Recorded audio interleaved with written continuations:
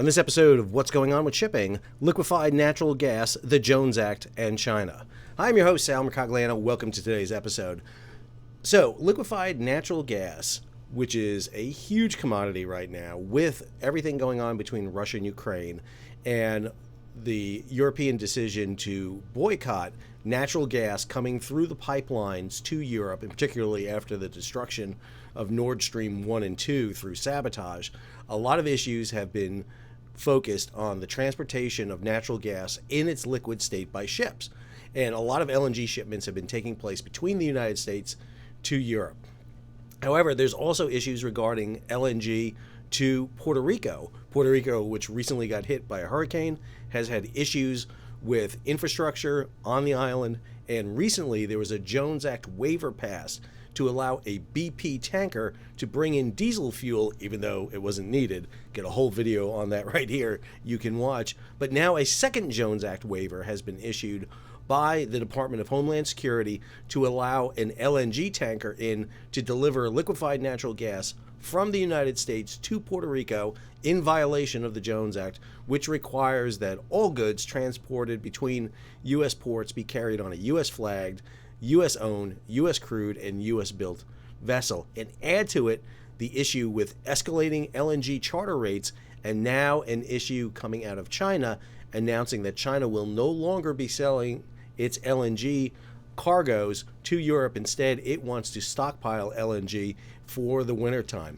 This means that issues like a Jones Act waiver and, more importantly, America's national security is at risk until we come up with an energy and maritime transportation strategy. And that's what we're going to break down here in today's video. If you're new to the channel, take a moment, subscribe to the channel, hit the bell so you'll be alerted about new videos as they come out. All right, let's jump into this.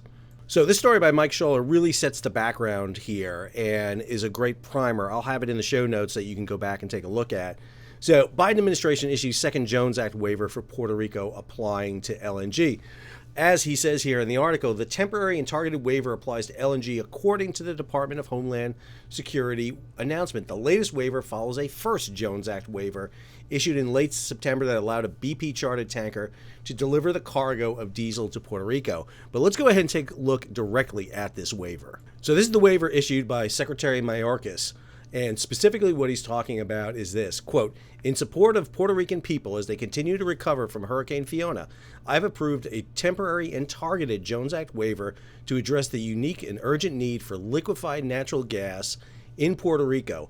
As with the previous waiver, the decision was made in consultations with the Department of Transportation and Energy to assess the justification for the waiver request and based on input from the governor of Puerto Rico and others on the ground supporting recovery efforts." All right, that's the issue that he lays out there. And what I want to talk about today is, why is this an issue? Number one, first of all, with Puerto Rico, the Jones Act, all those issues.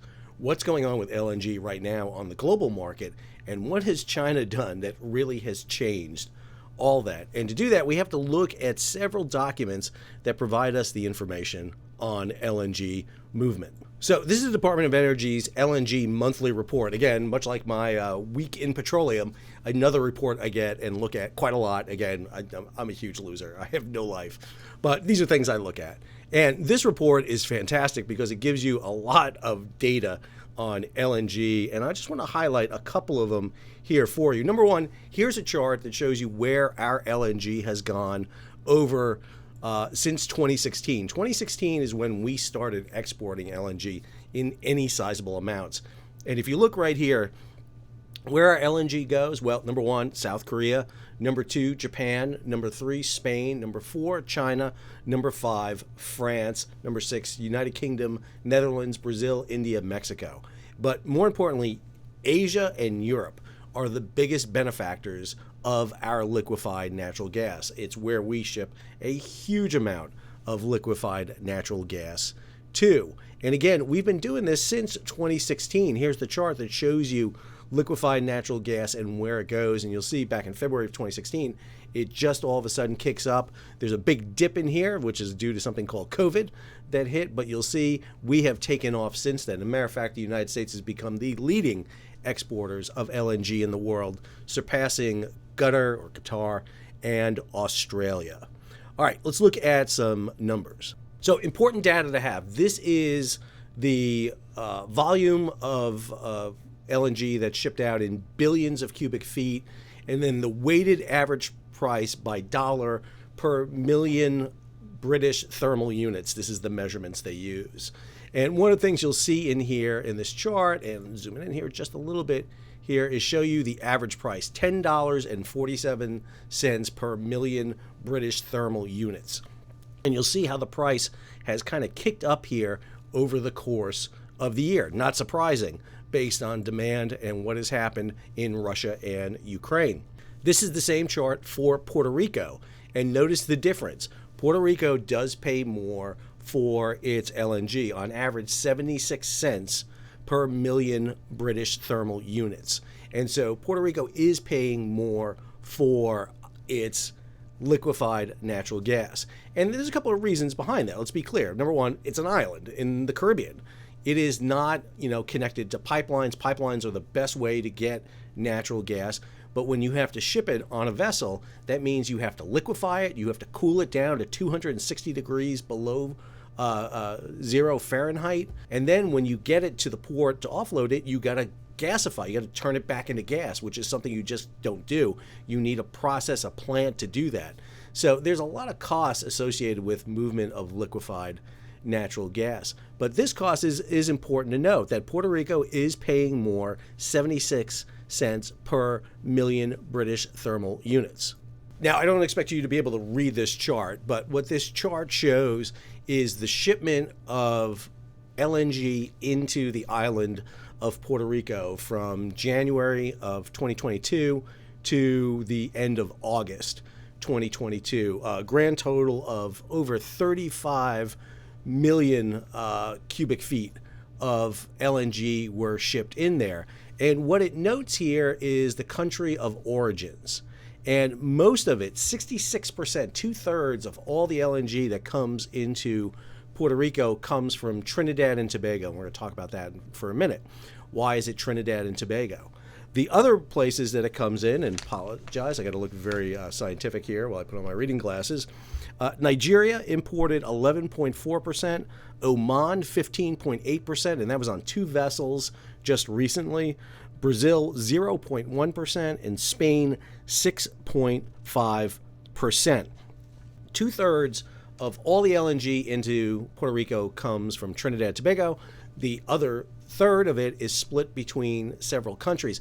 You'll notice 4 shipments down here at the end from Oman, but actually it's 2 separate shipments from 2 ships.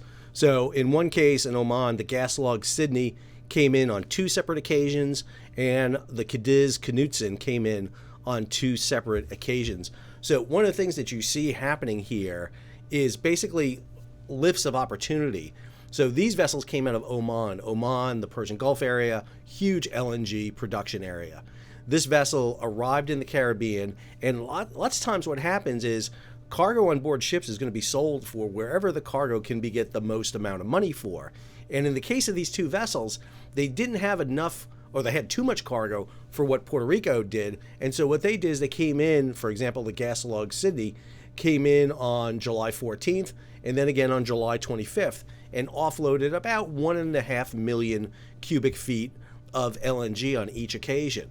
And they were able to sell it. Now, that ship is able of carrying almost 5 million cubic feet of LNG, which means it was selling its LNG in other places. It was sailing around the Caribbean, dumping off loads where it could. Same thing with the Cadiz Knutsen, same exact thing, able to carry over 4.7 million cubic feet of LNG. It would sail around dropping off its load at different places. And when it was empty, it can then go to the United States, to Trinidad, or to any other place, load with LNG, and set sail again. Lots of times we see this with fuel, oil, LNG, diesel, you name it. These brokers are going to sell the cargo wherever they can get the best amount of price for. And in this case, it was in Puerto Rico. They were able to get it. And remember, they're not selling the whole load. They're only selling a piece of that load there. And there are very particular vessels that do this.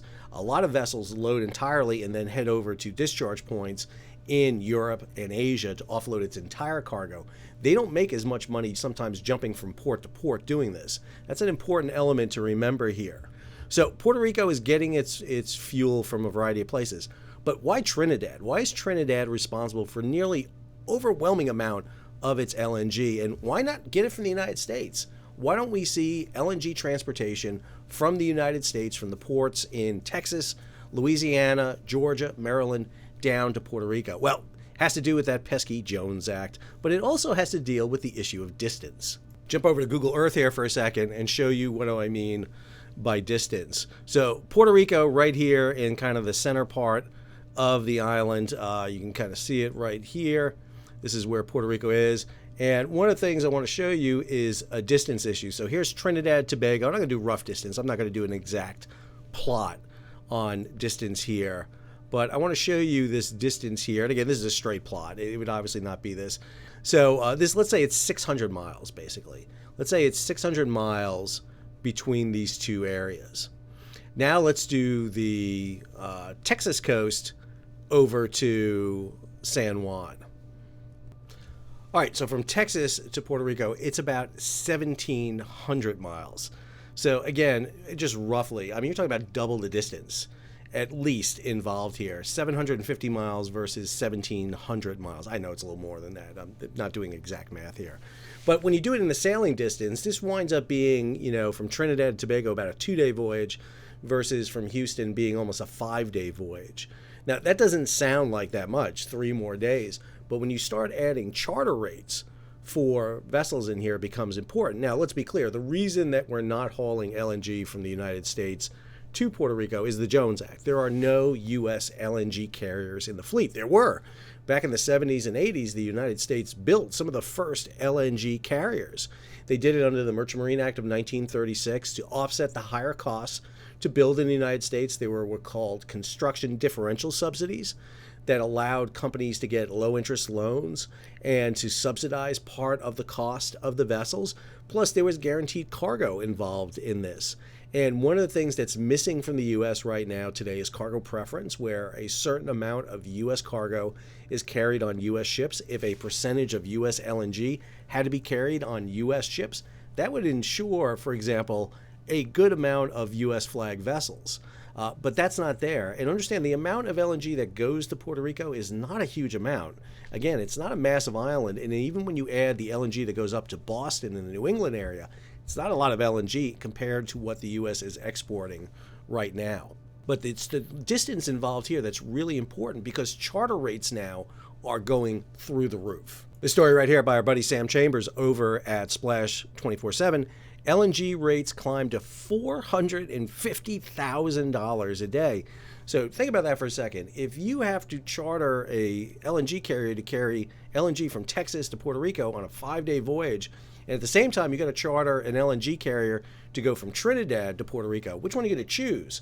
Yeah, it's cheaper to get probably the U.S. LNG because we already saw how much the cost was, that 76 cents per difference million British thermal units. But if I got to pay $1.5 million extra for the charter days, that's going to be a problem because that's going to add a huge amount of cost to the transportation of the LNG. And again, we're expecting to see LNG rates for vessels go higher. And then you add this last element to it. China halts LNG sales to foreign buyers to ensure own supply. So China has been dumping its LNG shares. It has bought LNG in the United States, but has let it loose to be able to go to Europe and supply Europe. Well, now this comes out. The National Development and Reform Commission, the nation's top economic planner, asked PetroChina, Sinopec, and CNOOC to keep winter cargoes for domestic use, according to people with knowledge of the matter, who asked not to be named as the information isn't public. They also probably don't want to be killed by the Chinese. While the sales had offered some relief to European buyers, rapidly filling inventories and record high shipping costs also reduced the appeal of reshipping fuel, they said. With gas prices falling, and gas prices in Europe have fallen almost 60% from a high in August, this is about to change this. What does this all mean? Well, if China is buying more LNG, if China is on the market to procure LNG, they're going to start gobbling up LNG. And we've already seen that Japan, South Korea, and China are some of the biggest consumers of American LNG. It's going to make it more difficult to get that LNG over to places like Puerto Rico. Now, let me be clear. People think I am a zealot on the Jones Act. I am not. One of the areas that I'm really proactive on reform is in the LNG sector. Right now, the U.S., if you want to waive LNG to ship into Puerto Rico, great.